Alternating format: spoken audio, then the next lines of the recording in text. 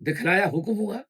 صبح اٹھے، ابراہیم علیہ السلام اپنے بیٹے اسماعیل کو کہتے ہیں یا بنی انی ارا فی المنام انی اذبحک.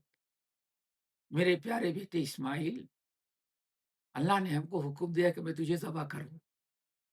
فانظر ماذا ترى، بیٹے بتا تیرا کیا خیال ہے. اللہ اکبر.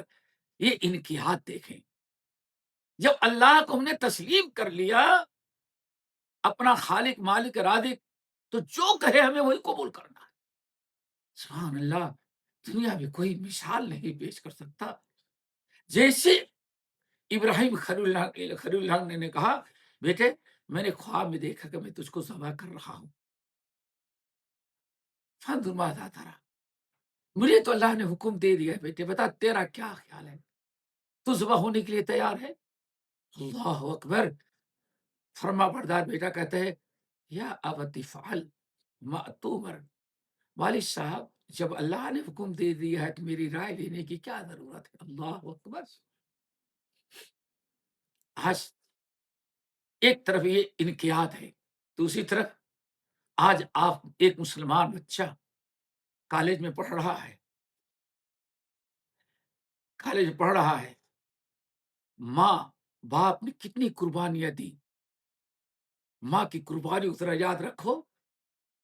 ماں کی زندگی پیٹ سے لے کر کے 9 مہینے پہ 2 سال دودھ، کتنی تمناؤں کے ساتھ تیرا سب کچھ، تیری گندگی، تیری ساری چیز صاف کی.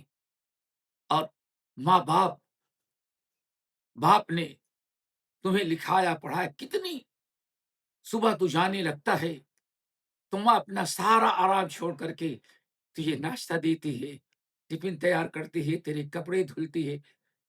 کتنی قربانیاں ماں باپ دے رہے ہیں.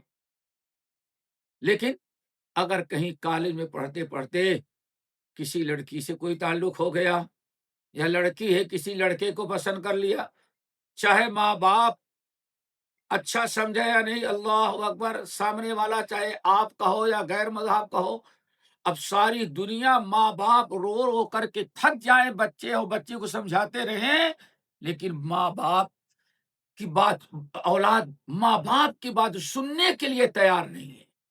اگر کیا جواب دیتا ہے، ہمیں اپنی، ہم آزاد ہیں، ہاں ہمیں آزادی چاہیے، ہم جو چاہے. اللہ اکبر. چھپ چھپا کر کے، بھگ کر کے، گھر چھوڑ کر کے کہیں جا کر کے شادی کر سکتا ہے اور کر سکتی ہے، لیکن ماں باپ کو خوش رکھنے کی فکر نہیں ہوتی. یہاں ذرا دیکھیں، یا ابت افعل، اے میرے والد، اللہ نے جو حکم دیا کر گزرے. ہاں، اللہ تعالیٰ کے حکم میں رائے اور مشورے کی ضرورت نہیں ہے.